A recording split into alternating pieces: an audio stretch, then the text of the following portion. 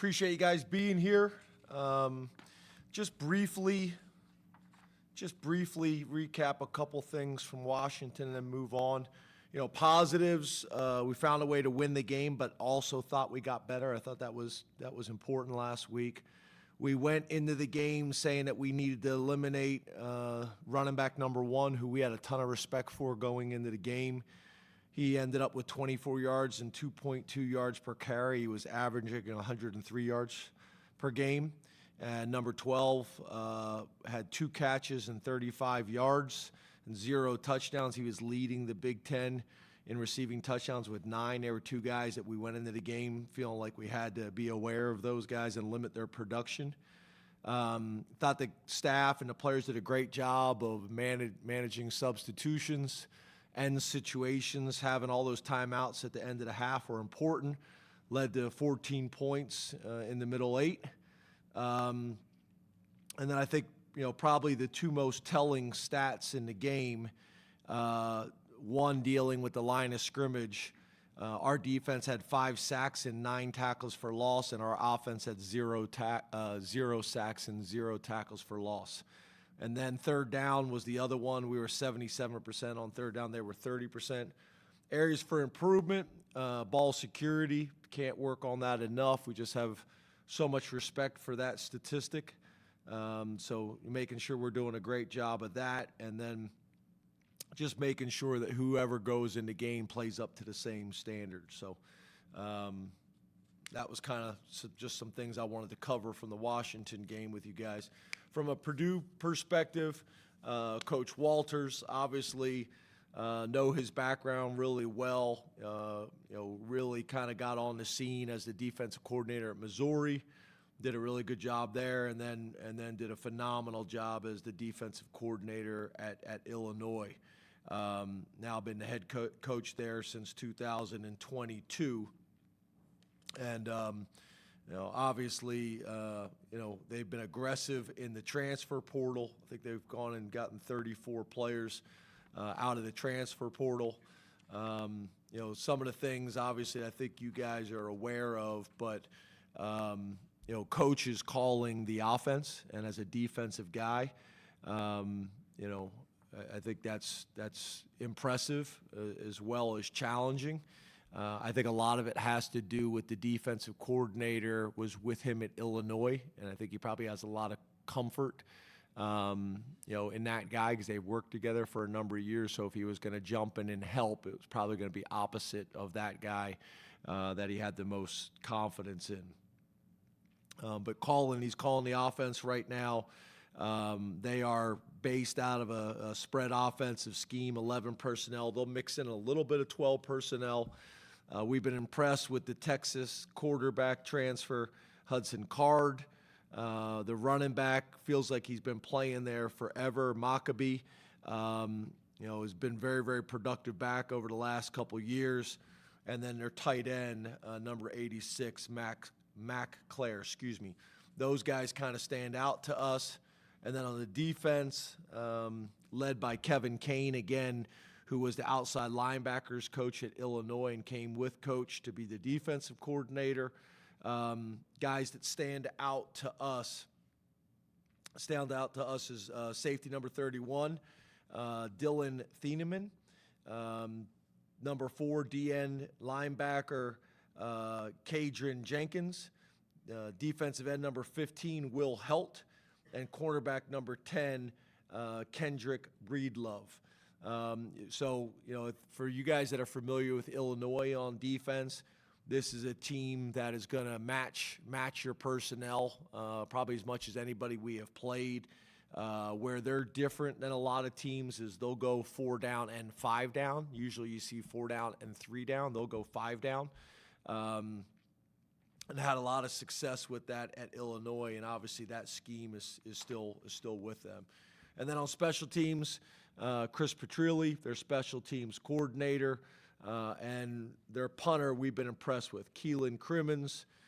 He's another Australian punter transferred from Mississippi State, and is averaging essentially 45 yards per punt. So, the last thing I'd say before opening up questions is, I think the staff's done a really good job and the players understanding what we're trying to do, but of managing the 4-game restriction on redshirting. So you'll start to see some guys come available and play on special teams and offense and play on special teams and defense over these last couple games. Some will be ready to go right now because they've only played 1 game. Some will probably wait till the next game to use, because the big reason for that is on special teams. It's hard for Coach Lustig to get a guy ready for 1 week and then he's not playing next week. We'd rather be able to have him for 3 games in a row or 2 games in a row, and then hopefully the postseason as well. So that is the plan, is try to work some of those guys in that have games available in the regular season. So open up the questions. Let's go to Rich Garcello, followed by Mark Wogenrich. Good afternoon, James. How are you? Good, Rich. You're in a different room. You're in the kitchen. This is the first time in 11 years you've been in the kitchen and not in that room with the green paint. That's very observant, except I've done this before from here. I'm showing off my wife's beautiful kitchen. I don't know, Rich. I'm going to have Paul go back and check the records. I don't ever remember you being in any other room than the green room with the green paint and the trim. Yeah, that's my cell. Yeah, that's where I usually work from. Yes, sir. So anyway, what have you seen? How have you seen Drew, Bo, the younger quarterbacks, develop and progress this year with Andy and Danny? Yeah, I think a really good example. Drew's a morning guy, right? So, he's in there watching film this morning at 6:30 a.m. Bo's in typically for a number of hours in the afternoon. I think Grunk has really turned it on here recently, and then hopefully Smolik will be available again, to us here very, very soon, and looks great. But I just think it's a combination, right? It's a combination of most of these guys, all of them, are a year older. They're a year older in their college experience. They're watched a ton of film. In some ways, playing in multiple schemes is helpful. It's funny, I was listening to Jay Reed talk about it the other day, and the reality is there's things that Brent Pry did very well. There's things that Manny did very well. There's things that Tom Allen does very well, and there's things like for a guy like Jay Reed that can learn from all of them, right? So I think if you look at our quarterbacks, there's a lot of similarities there in terms of what Danny's been able to do in his evolution as a coach, as well as the players. Andy's obviously done a really good job, and I think one of the things that's attractive to our quarterbacks, as well as the quarterbacks that we're recruiting, is it's probably more of a pro-style system in terms of the huddle, in terms of the play calls. Now, that's changed, right?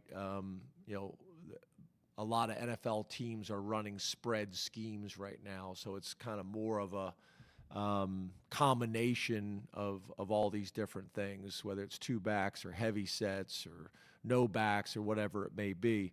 But I think they're a year older. I think they're more comfortable and confident. I think they have a better understanding of how to watch film and how to prepare. I think when you're a young player, you kind of still watch the game as a fan and just kind of follow the ball. And I think, we talk weekly about just kind of their process evolving over time. And I think Danny and Andy have obviously helped with that. So I'm pleased with their maturation. I think Drew looks consistently comfortable and in control in the games.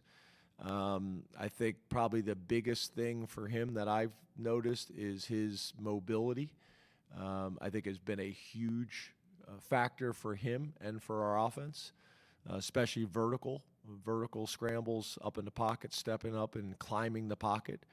has been big. And then I think obviously the development of the positions around him too have played a major role in that too. So I think Danny, Andy, the quarterbacks, the other positions have all played a part in it. But I've been very, very pleased with their development and the direction we're headed. Let's go to Mark Wogenrich, followed by Mike Gross. Hey, James, how are you? Good. How are you, Mark? Good, thanks. The depth in your running back room has been tested this season. So how's that group holding up physically and mentally at this point? Yeah, I think good. I mean, if you just look across college football and even the NFL, you better have depth at that position, especially if you're committed to running the football like we are. There's going to be bumps and bruises that come from that. We had two young backs that I think you guys knew we were excited about. I think early on there was a lot of talk about Quentin, and deservedly so. But I also think kind of in the Lash building, there was also a lot of excitement about Corey, different style back than probably the other three. But it was great to see him get in there. In the long run is probably what everybody is excited about, although he took hell for it in the team meeting, yesterday and with his teammates. The run that probably was most impressive to us is his first run, his first play as a college football player. The patience he showed, his ability and a little bit of a dirty read to get vertical. He's still got to put on some size and do a great job in the weight room, but he stuck it up in there and had a really, really efficient run. It's good. Those guys are being developed. I think we have talent at that position. And I think they're holding up well, and I think both Nick and Katron are really good complementary pieces to each other. And we're gonna need all of them, as this season continues. Let's go to Mike Gross, followed by Frank Bodani. Good afternoon, James. How are you? Good, Mike. How are you? Good, thanks. Appreciate you being in your typical room. Yeah, this is the Zoom backdrop. Yeah. It's dining room. Appreciate it. Yeah. Wide receivers. It seemed like they not only were more productive in the Washington game, but also were targeted more. Maybe you won't agree with that, but if you do agree with that, how come against supposedly one of the best pass defenses in the country? Yeah, it's kind of what I've been talking about from the beginning of the year. We want to get as many guys touches as possible. How do you do that? You be better on third down. We were 7 of 7 on third down, manageable third down situations, and every time you're successful on third down, you got a chance for at least 3 more plays. So, when you're 7 of 7 on third down in the first half, that's going to lead to good offense, and that's going to lead to more touches and more opportunities for different guys. I think Washington had the number 2 pass defense in the country. We had a ton of respect for them coming into the game. But again, I think the answer is what I've been talking about all year long is when we can be better on third down, it's going to create more plays. It's going to create more opportunities to score. It's going to create more opportunities for touches. It's going to create more opportunities for explosive plays. Just, chuck it down the field. Let's go to Frank Bodani, followed by Johnny McGonigal. Hi, James. Good afternoon. How are you? Hey, Frank. Today? Hi. Your running game just looked better. I don't, to the naked eye, Nick and Katron, almost looked faster. I don't know do you have any thoughts on the running game in particular, those two guys in their performance Saturday? And can you give us any type of insight into Nick's physical condition going forward, shorter term, longer term situation, anything? Yeah, short term, and you guys will obviously have a better idea come practice. I know you guys will be out there at practice, but short term. But yeah, in terms of that, I don't know. Those guys come ready to practice every single day, ready to work. I think you guys know, Nick's had some things lingering on and off kind of throughout the year, and has battled through them. Katron is a workhorse. and they complement each other really well. It was even on the kickoff return, it was a shame, that got called back. And I think it was a legitimate call. We clearly held a guy hands outside, and I'll be the first one to admit that was a great call. That was a good call. That was a fair call. But in terms of the run game, I just think, again, it's going to be a boring answer that you guys don't want to hear. Just like the targets, for the receivers, the more we can stay ahead of the sticks, which, back to the stat I said before, in terms of tackle for loss, we didn't have any in the game. When you're able to stay ahead of the sticks and stay on schedule, then it just creates more opportunities. And for us, we're going to be committed to the run and being balanced and continuing to try to be as explosive as we possibly can, but continue to feed those guys the ball. And I think our offensive line had a little bit of a chip on their shoulder. Tight ends as well, coaching staff as well. And we're going to need that moving forward. But I think Nelly, Andrew Nelson, I think you guys know, our sports scientist, has done a really good job of giving the team feedback and giving me feedback in terms of how to adjust practice and where we're at based on, the game we just played. And there's a lot of things that kind of go into it. Kind of off topic a little bit, but like I feel for Washington a little bit, right? We play a 7 o'clock game, and they probably didn't get back to Washington until probably 7 in the morning, and then they got a Friday game. I don't really know if that's in the best interest of the Big Ten. Those types of things. But Nelly gives us great feedback on how to adjust our practices to make sure our guys are fresh and they're fast. And there's times where we got to push and work, and there's times that we got to cut back. Again, I think it goes back to the depth a little bit. When you got two young backs like Quentin and Corey, allows you to cut a little bit of reps from Nick and Katron from practice, because I think they can handle it. I'm not saying anything dramatic, but 2 reps a period less than they normally would take. It adds up over time, but it also allows those young guys to gain some experience and then hopefully put us in a position to be as fresh as possible on Saturdays. And that's the challenge. It's always been a challenge in college football. It's more challenging than it's ever been, specifically in the Big Ten, with the travel that we have to handle as well. So it's challenging. That's why a lot of these changes that have been made over the last couple of years and that are coming, I think, are even more challenging for the Big Ten. So we got to be very, very strategic. Really important discussions between head coaches and ADs and the commissioner, that we put our conference in the best position to be successful long term. Let's go to Johnny McGonigal, then Neil Riddell. Good afternoon, James. How are you? Good, Johnny. How are you? Good. AJ Harris, at what point did you guys know he was going to be as productive and as good, in a man-to-man situation and everything that he's done for you guys so far? When did you kind of know that he was going to be that kind of player for you? Yeah, I think Terry's done a really good job.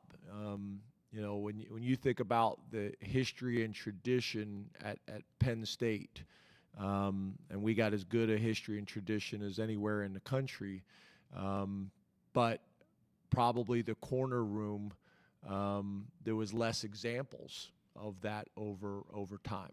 And I think Terry's really changed that, dramatically. And that's no disrespect. I don't mean that any way disrespectful, but Terry's just done a really good job taking a position. And you talk about, draft picks, and you talk about all conference players and those types of things, and depth, at a position, specifically in how the conference has changed, right? A lot more spread offenses, a lot more throwing the ball around. Terry's done a phenomenal job. So whether it's high school guys that we have developed, or whether that's going out into the transfer portal, as you guys know, we're not a big transfer portal team, but look at it a little bit like junior college recruiting used to be, go out and fill an immediate need, or just bring some veteran leadership into the room. AJ's a little bit different because you're talking about bringing a guy in as a redshirt freshman, which is unusual, typically from the transfer portal. But obviously, if you look at Kimber as well as him, Kimber played a ton of football in the SEC. And then, we talk about AJ, just a very, very highly recruited young man that we were involved with out of high school. But once he showed up on campus, really bought into everything that we were asking him to do, tested really well physically, and then, just embraced the competition in that room. So it was probably pretty early on because one of the first things we do is baseline testing and kind of checked all the boxes from a measurement standpoint, and then, was able to pick up the scheme. The thing to me that's exciting is I don't think he's scratched the surface. I think there's a ton left for him, and I think he's playing at a high level, but I think there's a ton left for improvement there. And I think Terry's the right guy to coach him. And as good as he's been, I think he's got a chance to get a lot better. And I think that room does in general. I've been very, very pleased with how they're playing, but Terry deserves a ton of credit, and so obviously do the young men in that room. Last question from Zoom, Neil Riddell. Hi, James. Hey, Neil. I was wondering, you touched on this a little bit, but relative to the injuries and length of season, are you purposely cutting back the time of practice much at this time of the year? Yeah, we always do. So we start to cut back in terms of the type of equipment we wear at practice. We make modifications there. In terms of the type of drills that we run in practice, typically they go hand in hand with the type of equipment you wear, the amount of reps at practice, the amount of time out at practice, and then also the amount of full speed reps compared to jog through reps. All those things gradually get adjusted over time. Nothing dramatic. It's just gradual reduction. As you know, at the end of the day, you still need the reps to make sure you're prepared to play the game, but there's also a cumulative effect that builds up over time as well. So, we gradually make adjustments. Those adjustments, one of the things that I constantly challenge Nelly on and Chuck on is that everybody's got to make adjustments, right? So, like, I got to make adjustments with the practice shell. Well, the strength coach needs to make adjustments in the weight room. The coordinators need to make adjustments. The position coaches need to make adjustments. We need to make adjustments with the veteran players who played a ton of football or the high rep guys from the previous game. All those things factor in. And as the head coach, what I have to make sure it's happening is that everybody's doing that. Because what happens is the position coach doesn't want to give up any of his time. He wants the strength coach to reduce it. The strength coach doesn't want to touch any of his time. He wants it to come out of the position, individual, and so on and so forth. So everybody's got to be on the same page and coordinated that we're doing what's in Penn State's best interest and what's in the players' best interest. On the right, Mark. James, thanks for your time. You too. James, you've talked a lot about Hakeem Beamon and everything that he kind of been through and overcame. Is there anything you can share with us with respect to him no longer being on the team, and how do you think that position fared without him being there against Washington? Yeah, he's no longer a part of the program. I love Hakeem, love his mom. Been probably over 7 years from the high school recruiting process, and ups and downs and twists and turns and smiles and tears and everything in between. Graduated from Penn State, very, very proud of that for him. And did a bunch of good things on the field, but he's no longer a part of the team. In terms of the room, I thought guys stepped up. It was really cool to see some guys in there, whether it was Vicky Mapoye or whether it was Caleb Artis. Really cool to see those guys, be able to get in there and get some work. Guys that have worked really hard. If you look talking about some other guys, that we've had discussions about. Xavier Gilliam is a guy, just kind of looking at the chart here.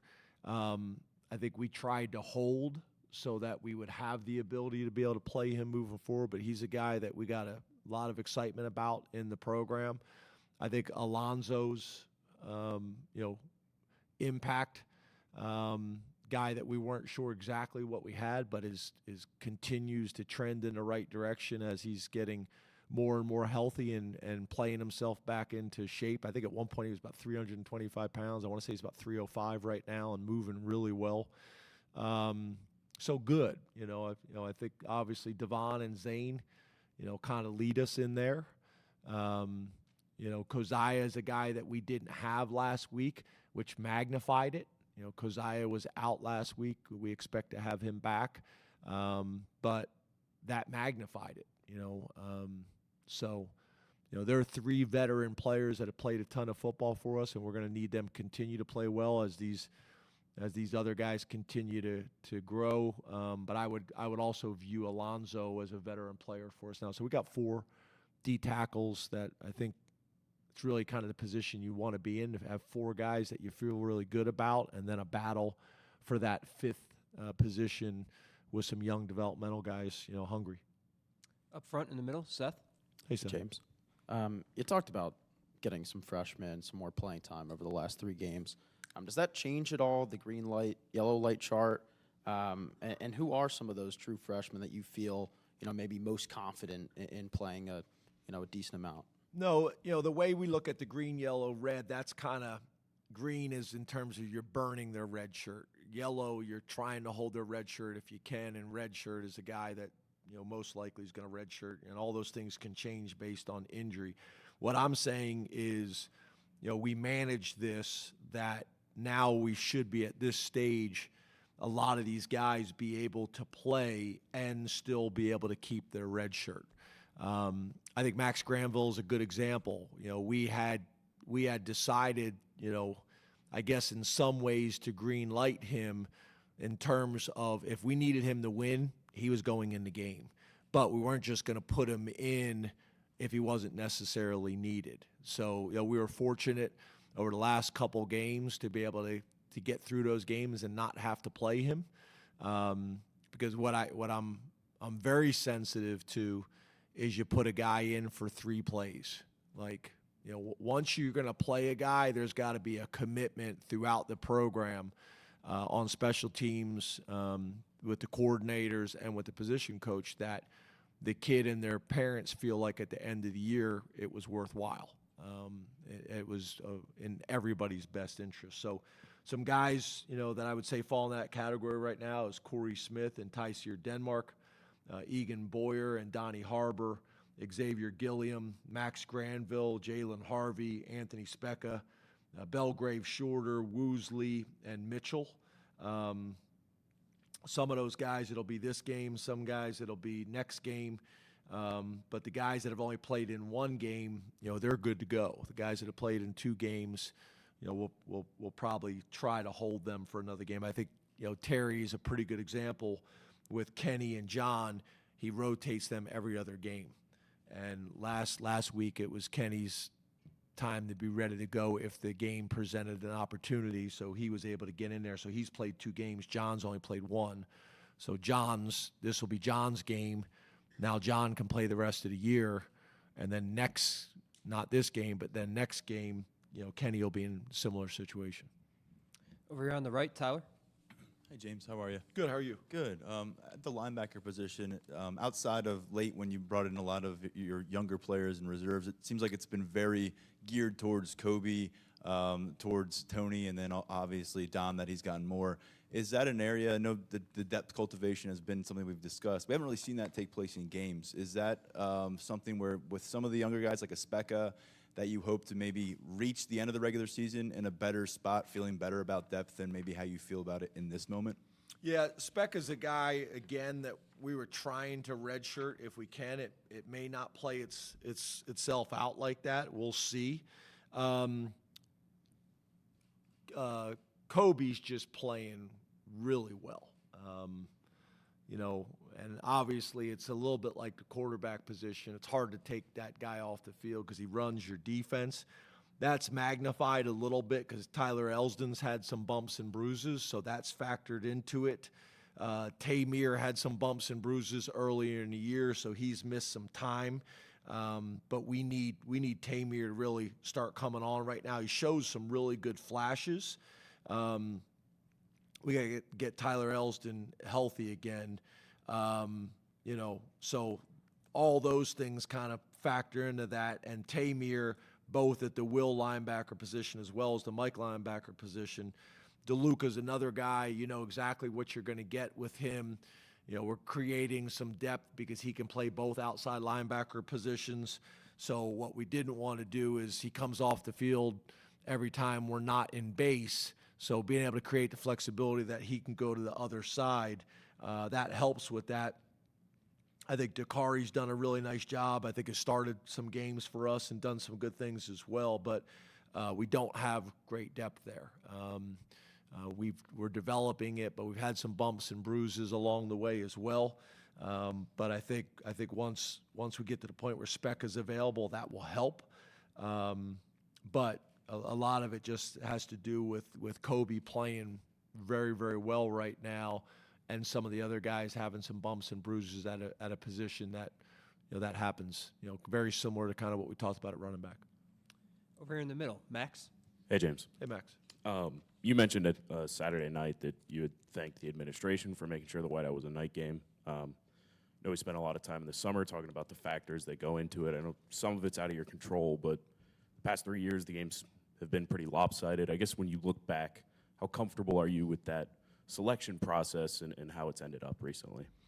Yeah, as you guys know, we spent a lot of time talking about and working towards, as players and coaches, controlling the things that you can control. So I'm not going to spend any energy on time on things that are outside of my control.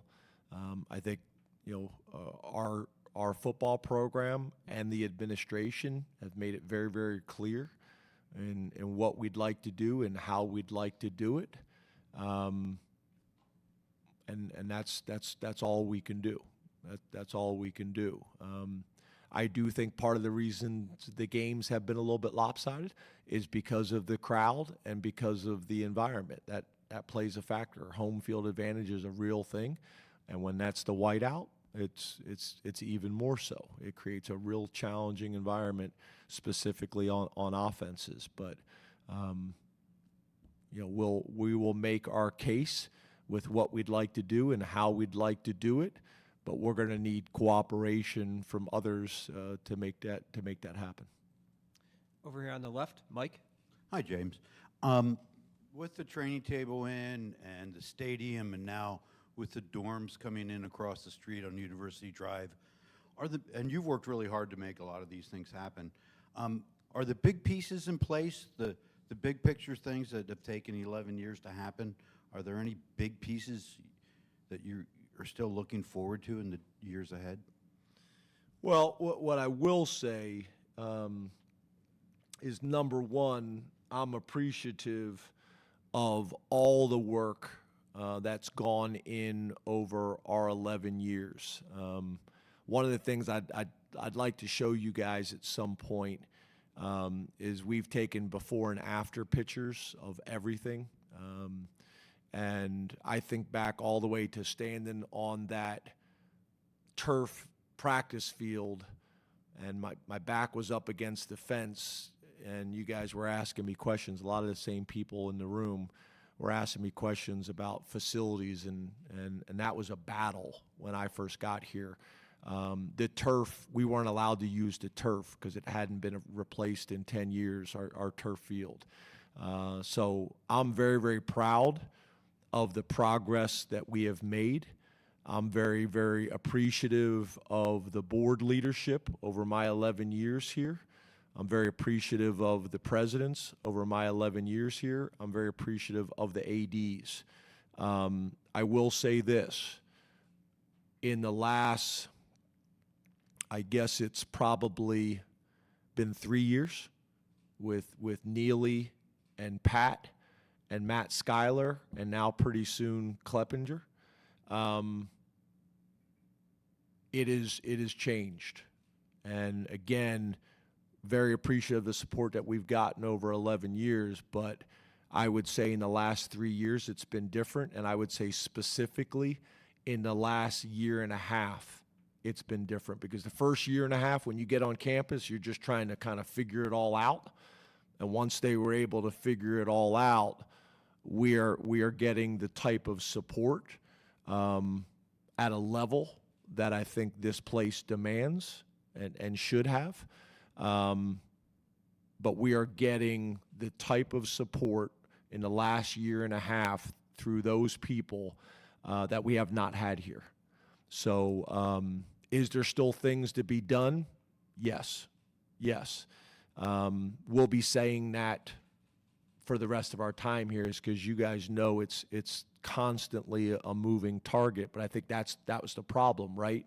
When you stop trying to get better on a daily and a yearly basis, and you're not bold and aggressive with those things all the time, you can fall behind, and you can fall significantly behind. So, yeah, there's still a lot of things that we have to get done, but we are closer, not even close. We are closer than we have been in my 11 years here, not even close from a support standpoint and from a commitment standpoint. Last question in the back, T. Frank. And again, that is a credit to Neely Bendapudi, Matt Schuyler, Kleppinger now, and clearly Pat Kraft. Clearly Pat Kraft, walk-on linebacker in the Big Ten, who approaches his job like that every single day. T. Frank? And I mean that with the total respect. Good afternoon, James. All the way back here. T. Frank, how are you? Good. How are you? Great. We've talked a lot about depth and playing freshmen and things today, but I'm curious, from the way that you've played games so far this year, there have been plenty of lopsided victories, but the game flow hasn't really presented an opportunity for like a third quarter to get a bunch of players into the game, and more importantly, get your starters out of the game earlier. So I guess from that perspective of the number of reps on offense and defense, how do you feel your team is positioned heading into the final 3 weeks of the season and then beyond? I think good, but like that's kind of like where all this has become challenging, right? The Big Ten is not the Big Ten that we always remember. Like the SEC is no longer the SEC that we all remember. When you bring these teams in and you increase the competition week in and week out, this is not your grandfather's Big Ten. This is not your father's Big Ten. And same with the SEC. So you're not going to have these lopsided games that you've had in the past. It's going to be more like the NFL, where a lot of these games are one-possession games. The interesting thing is now that becomes magnified because we've just increased the competition. We've just increased the talent, but then we're going to reduce the roster sizes. So this has become more challenging than it's ever been. Reduce the roster size, transfer portal, NIL, travel in the Big Ten. This is a very different challenge than it's ever been, and that's where this type of commitment and this type of support is important. I'll give you a perfect example, which you guys know. I had Kevin Threlkill doing an ongoing study throughout the season of West Coast teams that have traveled east and East Coast teams that have traveled west. What's the win percentage? What was their travel plans? How did they travel? Where did they practice? Where did they stay? All these things. It is critical. And then you better have the support to be able to do it from your athletic administration. You better have your support on campus as well in terms of when you can travel and how you can travel. There's so many things that go into it. So I think we're positioned fairly well right now because we've been very, very strategic. I know you guys get probably sick and bored of talking about red, yellow, and green, but again, I think those conversations are more important than what they ever have been. I think the 4-game decision was one of the better decisions the NCAA's made in the last 10 years. I think we will probably get to a point where there'll be 5 years of eligibility because if you're going to reduce the roster size, I don't know how you do that and still redshirt guys. And then it also takes away the problem that you're seeing in college athletics and specifically college football where guys are coming in and telling you they're redshirting. You know, if you have 5 years of eligibility, that takes away that dynamic for the player, takes that dynamic away for the coach. And I think that's something that's going to that's been something that's been talked about for a long time in college athletics and specifically football. But I think that's going to come to a head here sooner rather than later, in my mind, in the conversations that I'm a part of in the Big Ten and with the AFCA. Thank you very much, Coach. Thank you.